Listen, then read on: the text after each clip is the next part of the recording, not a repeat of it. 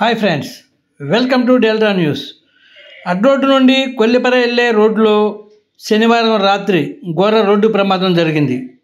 రోడ్డుపై నడుచుకుంటూ వస్తున్న మహిళను బైకర్ ఢీకొట్టడంతో ఈ ప్రమాదం సంభవించింది. ఈ ప్రమాద ఘటనలో తుములూరు గ్రామానికి చెందిన బూదెమ్మ అనే మహిళకు తీవ్ర గాయాలయ్యాయి.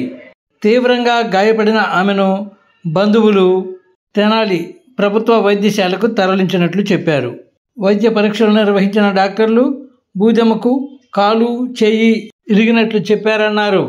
కొల్లిపరలో ఒక శుభ కార్యక్రమానికి హాజరై నడుచుకుంటూ వస్తున్న సమయంలో ఈ ప్రమాదం సంభవించినట్లు బంధువులు తెలిపారు.